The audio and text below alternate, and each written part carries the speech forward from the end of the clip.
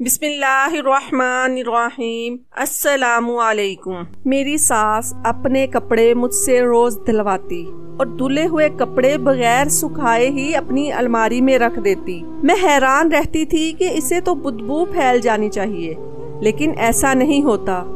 मेरी सास किसी को भी अपनी अलमारी के करीब न आने देती। एक रोज मैं राज जानने के लिए जैसे ही सास की अलमारी में कपड़े रखने गई तो आंखें फटी की फटी रह गईं, क्योंकि वहाँ तो मेरा नाम रिमशा है। मेरी शादी को साल होने वाला है। मेरी सास शुरू दिन से ही मेरे साथ बहुत अच्छी थी, लेकिन उनकी तजुब भरी हरकत मुझे बहुत खटकती थी। मेरी सास का नाम नरमीना है, जिनका ताल्लुक खाते पीते घराने से है। मेरे ससुर का कपास का अपना कारोबार है। वो मिजाज के बहुत सख्त आदमी है। उनके सामने कोई नहीं बोलता था और माँ तो उनसे दब कर ही रहती। मेरे ससुर के कारोबार में मेरे शौहर इनका हाथ बटाते। मेरी सास बहुत मशकूक हरकतें करती थी। उनके पास एक पुराने तर्ज का संदूक मौजूद था, जिसकी चाबी वो हमेशा अपने गले में डाले रखती। शादी के दूसरे दिन से ही मैं सब देखती आ रही थी। वो हर रोज अपने कपड़े मुझसे धुलवाती और फिर बगैर सुखाए ही अपनी अलमारी में रख देती। मुझे बहुत हैरानी होती कि वो ऐसा क्यों करती है। मैंने एक दिन तंग आकर अपने शौहर को अम्मा की हरकतों का बताया तो वो मुझसे झगड़ने लगा। बदलिहाज औरत, क्या फजूल इल्जाम लगा रही हो मेरी माँ पर। मैं बहुत रंजीदा हुई क्योंकि उसने मेरी बात का यकीन न किया। अम्मा के रोज कपड़े धुलवाने की आदत से मैं बहुत तंग थी। मैंने अम्मा से बातों बातों में कहा, अम्मा मैं बहुत थक जाती हूँ कपड़े धोने के बाद, क्या मैं किचन का काम संभाल लूं? लेकिन उन्होंने सख्ती से मुझे मना कर दिया। मुझे मजीद परेशानी हुई कि अम्मा ऐसा क्यों करती हैं। मैं अम्मा के कमरे में खाना देने जा रही थी जब अम्मा की कुछ घसीटने की आवाज सुनाई दी। मैंने खिड़की से झांकने की कोशिश की तो मुझे अम्मा संदूक बंद करती हुई दिखाई दी। मैं सोच में पड़ गई कि आखिर इस संदूक में ऐसा क्या है जो अम्मा इसे छुपाए रखती है और चाबी भी इतनी हिफाजत से रखती है। आज से 2 रोज पहले की बात है, जब रात में प्यास की शिद्दत से मेरी आंख खुली। मुझे अम्मा रात के आखिरी पहर किचन में जाती नजर आई। मैं हैरत में थी कि अम्मा रात के वक्त यहाँ क्या कर रही है। अम्मा ने अपने हाथ में खाने की एक ट्रे थाम रखी थी। मैं हैरान सी इनको देख रही थी। इतना खाना वो कहाँ ले जा रही थी। मैंने उनसे पूछा, अम्मा ये खाना आप कहाँ ले जा रही हैं? तो बोली, मुझे बहुत भूख लगी थी, इसीलिए मैं परेशानी के आलम में इनको जाते देखती रही, क्योंकि रात का खाना अम्मा हम सब के साथ खा चुकी थी। अम्मा सीधी अपने कमरे की जानिब चल गई। मैं कमरे में आकर सोचने लगी कि ये क्या माजरा है। अम्मा ये सब हरकतें क्यों करती हैं? मुझे कुछ समझ नहीं आ रहा था कि मैं क्या करूं। मैंने सुबह मामूल के मुताबिक अपने सारे काम किए और अम्मा के कपड़े धोए। आज भी मैंने हिम्मत करके उनसे पूछा कि अम्मा आप अपने सारे कपड़े गीले अलमारी में रखती हैं तो बदबू क्यों नहीं होती? आपके कपड़े ऐसे ही रहते हैं? तो अम्मा मेरी बात पर मुस्कुराते हुए बोली, बेटी मुझे खारिश रहती है, मुझे सूखे कपड़े काटते हैं, इसीलिए मैं गीले कपड़े पहनकर सोती हूँ तो ही सुकून आता है। ये बीमारी मुझे शादी से पहले की है। उनकी बात पर मुझे अब भी यकीन न आया, क्योंकि जो मैंने अपनी आंखों से देख चुकी थी वो मामूली बातें तो बिल्कुल नहीं थी जिनको नजरअंदाज किया जा सकता। मैंने उनकी बात पर सिर्फ असबात में सर हिलाया और अपने काम में लग गई। अम्मा ने रोज की तरह अपने धुले गीले कपड़े उठाए और अपने कमरे की तरफ बढ़ गई। मुझे बेचैनी ने आन घेरा। मैं भी उनके पीछे जाने लगी थी कि मेरे शौहर अरहम घर में दाखिल हुए। अरहम घर के इकलौते बेटे थे और मिजाज में बरहमी भी बाप से ही मिली थी। मैं मुतमईन थी, बस कमी थी तो एक औलाद की। अरहम ने मुझसे अपनी खाते वाली किताब का पूछा और कमरे में चले गए। मैंने अम्मा के कमरे में जाने का इरादा मुलतवी कर दिया और अरहम के पीछे ही चली गई कि कहीं उनको मेरी कोई जरूरत न पड़ जाए। खाता ढूंढने में کچھ دیر تک ارحم جا چکے تھے، میں بھی باہر صحن میں چلی آئی، جہاں میری اماں پڑوسن کو کچھ ہدایات دے رہی تھی، جن کی بہو بھی حاملہ تھی۔ انہوں نے مجھے آتے دیکھا تو اپنے پاس بلا لیا۔ میں نے ان کو سلام کیا اور چائے بنانے کے بہانے اٹھ گئی۔ ان کی نظریں مجھے خود کا پیچھا کرتے ہوئے محسوس ہوئیں۔ میں کچن میں کھڑی تھی کہ مجھے کچھ آوازیں سنائی دی جو ہماری پڑوسن کی تھی۔ وہ اماں کو مجھے کسی ڈاکٹر کو چیک اپ کروانے کا بول رہی تھی۔ مجھے ان کی باتوں پر اپنے اندر خالی پن محسوس ہوا۔ رات کا وقت تھا، سب اپنے کمروں میں سونے جا چکے تھے۔ اچانک مجھے بادل گرجنے کی آواز سنائی دی اور میں ڈر کر اٹھ گئی۔ مجھے یاد آیا کہ میں نے چھت پر کپڑے سکھائے تھے، بارش میں گیلے ہو جائیں گے۔ میں جلدی سے پاؤں میں چپل پہن کر باہر بھاگی، پر جیسے ہی میں چھت پر پہنچی تو میری آنکھیں باہر ابلنے کو تھی۔ چھت کے بیچوں بیچ اماں کھڑی تھی، وہ بھی شاید کسی کام سے آئی تھی۔ اماں نے آہٹ پر پیچھے مڑ کر دیکھا تو گھبرا گئی اور بولنے لگی کہ میں وہ کپڑے اتارنے آئی تھی، مجھے فکر تھی کہ تمہاری محنت ضائع ہو جائے گی۔ بولتے ہوئے مسلسل ان کی زبان لڑکھڑا رہی تھی، جیسے وہ جھوٹ بول رہی ہوں۔ میں نے اسے کچھ نہ کہا اور کپڑے اتارنے لگی۔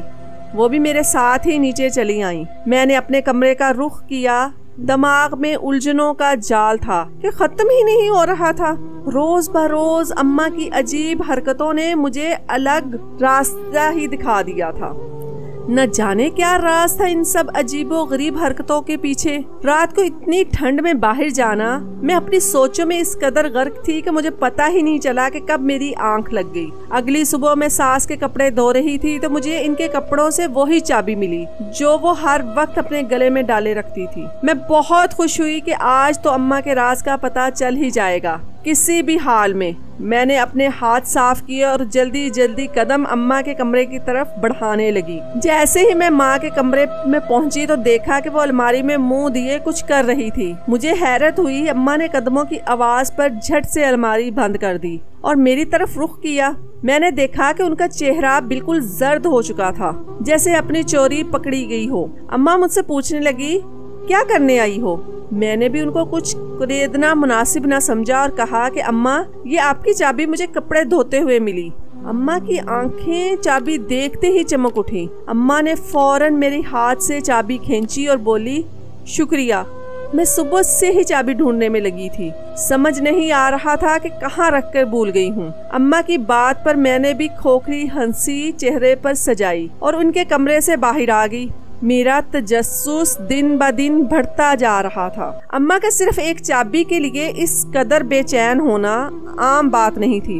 میں بہت پریشان ہوئی کہ اب سچ تک کیسے پہنچوں، کیونکہ اماں تو اپنے کمرے سے نکلنے والی ہی نہیں۔ کچھ تو کرنا ہی تھا۔ میں نے ارحم سے بات کرنے کی ٹھانی۔ رات کو جب سب گھر آئے تو میں نے ان سے کہا، ارحم، کیوں نہ اس بار اماں اور ابا کو کہیں گھومنے بھیجا جائے؟ آخر وہ بھی انسان ہے، تھوڑا ذہن بڑھ جاتا ہے۔ اماں اور ابا دونوں ہی مصروف رہتے ہیں، کہیں جانے کا پلان بنائے نا۔ میری بات سن کر ارحم سوچ میں پڑ گئے اور بولے، وہ سب تو ٹھیک ہے، لیکن تمہیں پتہ ہے نا ابا کے مزاج کا، ان کو ایسی چیزوں سے کوئی سروکار نہیں۔ میں بات کر کے دیکھوں گا۔ ارحم نے ابا جی سے بات کی تو انہوں نے قطعی انکار کر دیا۔ مجھے اپنا منصوبہ خاک ہوتا محسوس ہوا۔ میری دعائیں رائگاں نہ گئی۔ کچھ دنوں بعد ہی کسی عزیز رشتہ دار کے ہاں اماں کو شادی پر جانا پڑ گیا۔ ابا اور ارحم تو صبح سویرے ہی جا چکے تھے۔ میں گھر میں بالکل اکیلی تھی۔ اس سے اچھا موقع اور کیا ہو سکتا تھا میرے پاس۔ میں نے جلدی سے باہر کے دروازے کو کنڈی لگائی اور اماں کے کمرے میں آ گئی۔ اماں کا کمرہ گھر کے تمام کمروں سے بڑا تھا۔ میں چاروں طرف نظریں گھماتی سوچنے لگی کہ کیسے سچ تک پہنچا جائے۔ ایک ایک چیز کو میں نے اچھے سے دیکھا کہ شاید اماں کسی چیز میں چابی رکھ گئی ہوں۔ 2 گھنٹوں کی محنت کے بعد بھی مجھے کچھ حاصل نہ ہوا۔ ایسی کوئی چیز ہاتھ نہ لگی جو اماں کے راز تک پہنچ سکے۔ میں مایوس ہوتی باہر جانے ہی لگی تھی کہ میری نظر الماری پر پڑی۔ میں نے سوچا کیوں نہ چھری یا کسی اوزار سے اسے کھولا جائے۔ اپنی سوچ پر عمل کرنے کے لیے میں کچن کی طرف بھاگی اور وہاں سے چھری لا کر الماری کھولنے کی کوشش کرنے لگی، پر ہائے میری قسمت، کچھ نہ ہو سکا۔ मुझे बड़ा अचंभा हुआ। इतना तरद्दुद करने के बाद भी लॉक ना खुल सका। अब मैं इस राज तक कैसे पहुंचूंगी जिसने मेरी दिन रात की नींदें हराम कर रखी हैं? ऐसा क्या करूं कि अम्मा वो राज सामने ले आए? ये तो खैर नामुमकिन सी बात थी। मैं अम्मा के कमरे से मायूस होकर निकली और अपने कमरे में आकर बैठ गई। ज़हन बुरी तरह मौफ हो गया था। सारी कड़ियां किसी बड़ी बात की तरफ इशारा करती नजर आ रही थी। आखिर क्यों कोई गले में चाबी डालकर घूमे? ऐसा भी क्या है जो बहुत कीमती है और अम्मा वो सबकी नजरों से बचाना चाहती है? मैं तो सोच सोच कर भी थक चुकी थी। आखिरकार जहन में धमाका सा हुआ। मैं अम्मा के कमरे में रात को छुप जाऊं और सारा मौजा देखूं कि वो आखिर करती क्या है। उन गीले कपड़ों का क्या राज है? मैंने दिल में पक्का इरादा कर लिया कि अब सबके सामने सच ला कर ही रहूंगी। मैं अपने कमरे में आराम कर रही थी जब अम्मा इंतहाई तैश के आलम में मेरे कमरे में आई और गुस्से से बोलने लगी, तुमने मेरे कमरे की तलाशी ली है जलील लड़की? तुम्हारी जुर्रत कैसे हुई? आखिर क्या लेने गई थी तुम वहाँ? किसकी इजाजत से मेरे कमरे में गई थी तुम? अम्मा लाल पीले होती मुझ पर बरस रही थी। मैं हैरान होकर उनका गुस्से से सुर्ख चेहरा देख रही थी। उनको कैसे पता चला कि मैं उनके कमरे में गई थी? वो भी शायद मेरी सोच पड़ चुकी थी। तभी छुरी मेरे आगे लहराई। अपने काले करतूत वहीं छोड़ आती तुम। आने दो आज तुम्हारे शोहर को, बताती हूँ उसे कैसे उसकी बीवी ने मेरा जीना हराम कर रखा है। अम्मा की बात सुनकर मैं बहुत परेशान हुई, क्योंकि अगर अरहम को पता चल जाता तो न जाने क्या करता। मैंने अम्मा के आगे हाथ जोड़े। अम्मा मुझे माफ कर दें, आगे से ऐसा कुछ नहीं होगा। अम्मा मुंह बसोरती बाहर चली गई। मैं रोते हुए अल्लाह से दुआ करने लगी कि अम्मा अरहम को कुछ ना बताएं। शुक्र था कि अम्मा ने उनको कुछ ना बताया, लेकिन उस दिन के बाद अम्मा की नजरें हर वक्त मुझे खोजने में लगी रहती। मैं अब सब छोड़कर उनका ख्याल रखती। उन दिनों कारोबार की वजह से अब्बा को और मेरे शौहर को 15 दिन के लिए बाहर जाना पड़ा।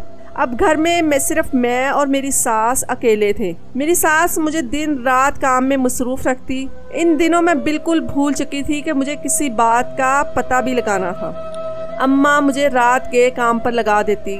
न जाने इन्हें क्या हो गया था। मैं परेशान रहती कि आखिर अम्मा ऐसा क्यों कर रही हैं मेरे साथ। मैं और अम्मा एक ही कमरे में सोते रहे थे, लेकिन अभी तक अम्मा ने मेरे सामने कोई हरकत ना की थी, ऐसी जिसे मेरा शक उन पर आ जाए। यह अब्बा के जाने के 5वें दिन की बात है, जब अम्मा को मैंने किचन से काफी सारा खाने की चीजें ले जाते देखा।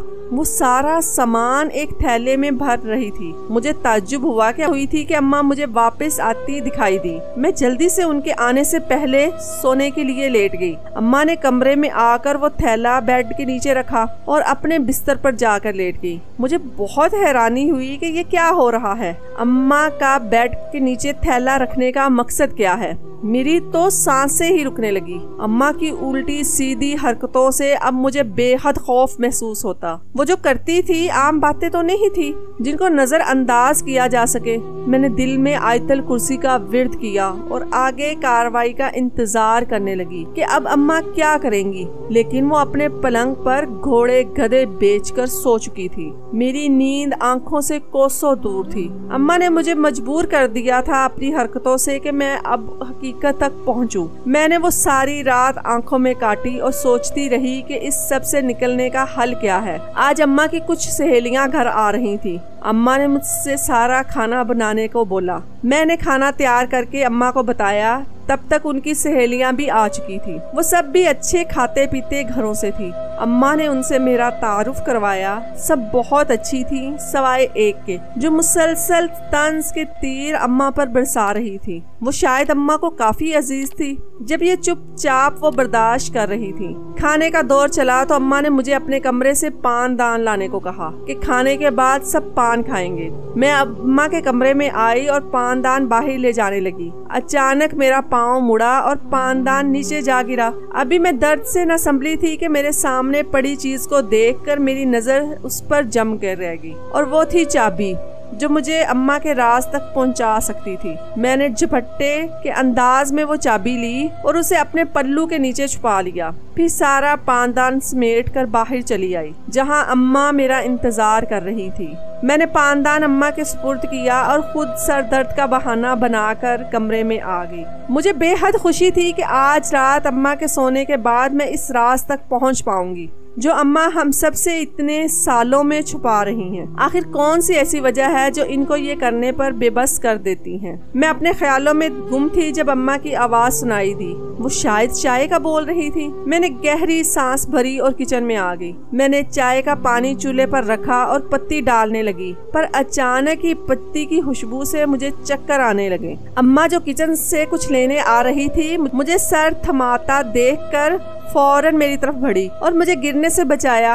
अम्मा ने जल्दी से मुझे लटाया और डॉक्टर को बुलवाया। जो खबर डॉक्टर ने सुनाई उसे सुनकर तबीयत पर छाई सारी कसाफत दूर हो गई, जैसे खुशियों की नई कॉम्प्लें फूट रही थी। मैंने अपने रब का शुक्र अदा किया जिसने मेरी जिंदगी का सबसे बड़ा दुख सुख में बदल दिया। अम्मा तो मेरे सदके वारी जा रही थी। अम्मा ने मेरा बहुत ख्याल रखना शुरू कर दिया। आखिर को वो भी दादी बनने जा रही थी। मैं जब हामला हुई तो एक दिन अम्मा मेरे पास एक बोसीदा सी कमीज लेकर आई जो काफी गीली थी। मुझे इसे देखते हुए भी कराहत महसूस हो रही थी। अम्मा ने मुझे वो कमीज पहनने को कहा। मुझे हैरत हुई, अम्मा मुझे ये कमीज क्यों दे रही हैं, वो भी इस कदर गंदी। अम्मा की बात पर मैंने उसे पहनने से इनकार कर दिया कि मैं ये नहीं पहनूंगी। तो अम्मा बोली, जब मैं हामला थी तब मैंने यही पहनी थी, क्योंकि तुम्हारे ससुर को वारिस चाहिए और यही इस घर की रीत है। चाहे कुछ भी हो जाए, पहली औलाद वारिस होगी। तुम्हारे ससुर ने सख्ती से कहा है कि इनको पहला सपुत अपने खानदान का नाम चलाने वाला चाहिए, वरना अपने घर बैठने को तैयार रहना। मेरे बेटे के लिए लड़कियों की कोई कमी नहीं। अम्मा की बातें सुनकर तो मुझे धचका सा लगा। अब्बा आखिर इतनी कड़वी बातें कैसे कर सकते हैं। वारिस का इस कदर गुरूर में रोने लगी तो अम्मा ने मुझे चुप करवाया और कमीज पहनने की ताकीद करती वहाँ से चली गई। मैं अजीब नजरों से पास पड़ी पुरानी कमीज को देखने लगी जो काफी बुरी हालत में थी। मैंने सोच लिया था कि किसी भी कीमत पर मैं ये कमीज नहीं पहनूंगी। अम्मा के कमरे की बजाय आज अपने कमरे में थी जब मुझे खटके की आवाज सुनाई दी।